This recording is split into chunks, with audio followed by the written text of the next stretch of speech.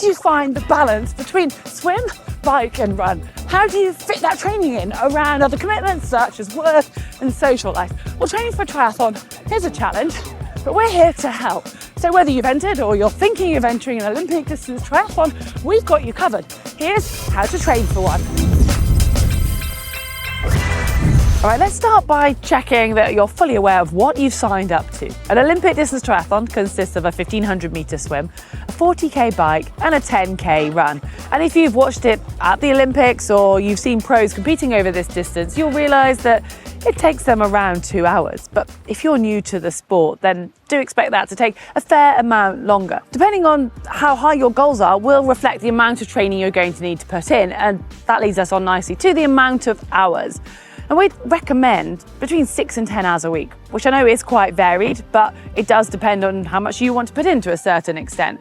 And then we've got that base time you need to build up towards it. And a lot of this depends on the amount of training and experience you've got already. If you've recently done a sprint distance triathlon and you've got a good base fitness, then 12 weeks should be plenty. Whereas if you're quite new to the sport, we'd recommend using at least 16 weeks. The longer you have, the more time your body's got to adapt and get stronger, less chance of injury and more chance of enjoying it at the end result. And if you do go for, say, the 12 or the 16-week block, it's quite a good idea to have a 3-week of tougher training, so you're sort of building into it and then taking a week easy. So that's a 4-week block and you repeat it either 3 or 4 times. So in order to know that you're fit enough and prepared to complete the Olympic Distance Triathlon, you need to be very comfortable completing each of the individual disciplines of their distance and potentially a little bit further. And once you've got to that stage, you need to have practiced putting some of them back to back. Not the whole distance necessarily, but practicing maybe going from the swim to the bike. But most importantly, going from the bike to the run.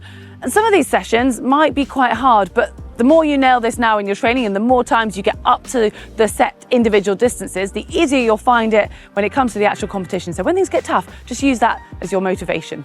It's time to look at how to fit all of this training into your week and what to prioritize, because it is a little bit of a jigsaw puzzle.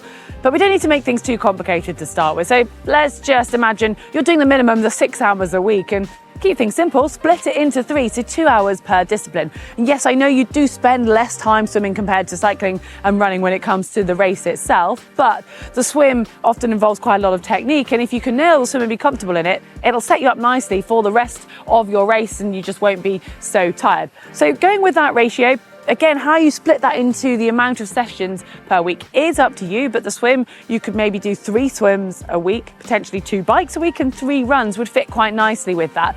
And don't be afraid to do more than one of the disciplines in one day, but for the moment, I would recommend teaming the swim with a bike or a run as opposed to the bike and run together, because obviously bike and run is heavily working your legs, swimming is your upper body, so it's a nice balance. Later on in the program, we will discuss going from bike to run, but for now, just think about keeping that nice balance.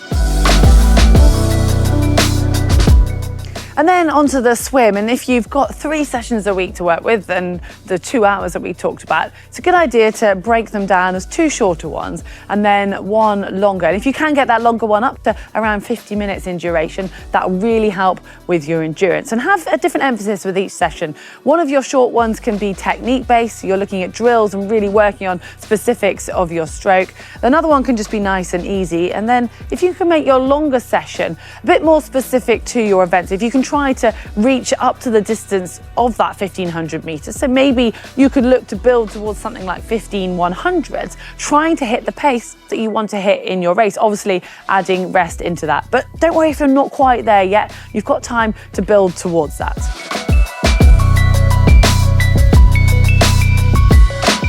Time on the bike is essential for getting comfortable and confident, as well as building that bike-specific fitness. Now, if you are tight for time during the week, then maybe look to do a shorter session, but make it intense, whether that's an indoor bike class, or if you have a trainer at home, you can do a workout there, and then you can put your longer ride on the weekend. Now, that longer ride needs to be up to around 90 minutes to start with. Keep it all nice and easy. But if you do find yourself with more time, and as you get a bit fitter, you can either look to increase the bike rides to 3 a week, or try to increase the length of that long ride. Now, it's important to make sure you practice and you're comfortable taking a drink on the bike. So that includes taking your water bottle out, putting it away again. And if you are planning on taking on board nutrition during your race, then make sure you practice that in training. And generally, you just want to be really comfortable with your bike. So you're used to getting on and off it, you're used to maneuvering it. And also, you're used to having other riders close to you, because I know it's a non-drafting race, but in the transition areas and certain points on the course, you might find that you're in quite close proximity, and you just want to be really comfortable with that. 2 hours of running a week is quite a lot for some people, and it really depends where you're coming from with your running background as to how you want to break that down. If you have enough time to break it into 3 runs a week and you're basing it on those 2 hours, you could look at doing 2 shorter runs of around 30 minutes and 1 longer run of around an hour. The longer run can be just nice and steady. It's getting in some miles and conditioning your legs. One of those 30-minute runs can be nice and easy, just like a recovery run. Maybe you could even put that after a bike. And then you've got one that needs to be a quality session. And for this session, you want to try and include intervals or some sort of intensity that's going to be equal to or faster than your intended 10K pace. In the ideal world, you want to make sure that you gradually increase your training, both the amount if you've got time, but also the duration and the intensity of those sessions within that overall program.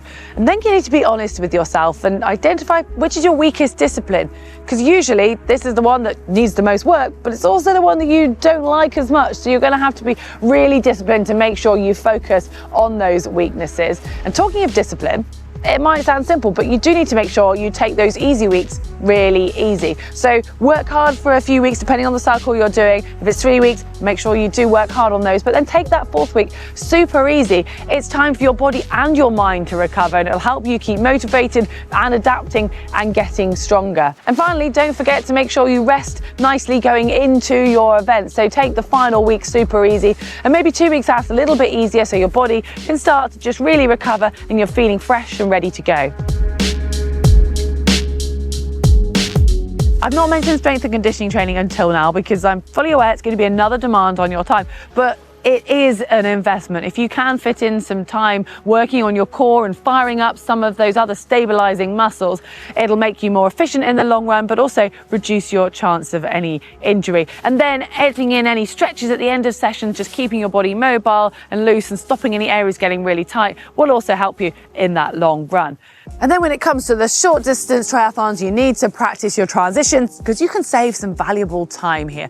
You've obviously got the swim to bike and the bike to run. Swim to bike is a little bit harder to practice as you're unlikely to be able to find an open water scenario where you can get straight onto your bike and head off. But there's still a lot you can do at home in training. You can simply practice getting your wetsuit off quickly, thinking about the order in which you're going to do things, when you're going to take your hat and goggles off, or you're going to take your wetsuit to halfway, and practicing all of that going through in your mind. And then there's also the getting dressed and ready for the bike section. If you're putting your shoes on before you get on the bike, practice that, whether you're wearing socks or not, how you're going to put your race number on, and obviously don't forget how you're going to put your helmet on. Even practice doing up your helmet. It sounds simple, but it's still stuff that can save you valuable time when that adrenaline's running.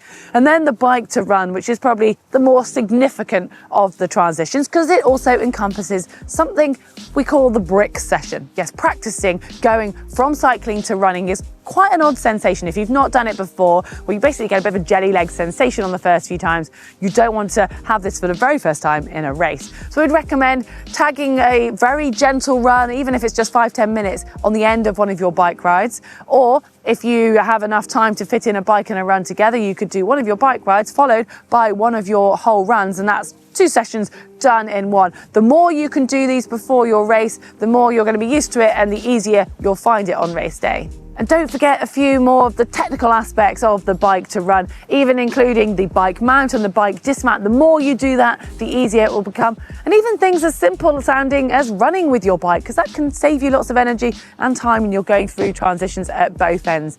And then finally, we need to make sure you've checked out the race scenario. So have an idea of what your race is going to look like. Is it a hilly bike course? If so, make sure you practice hills in your training. Is it an open water sea swim? Try and get some time practicing in a similar scenario. You get the idea here.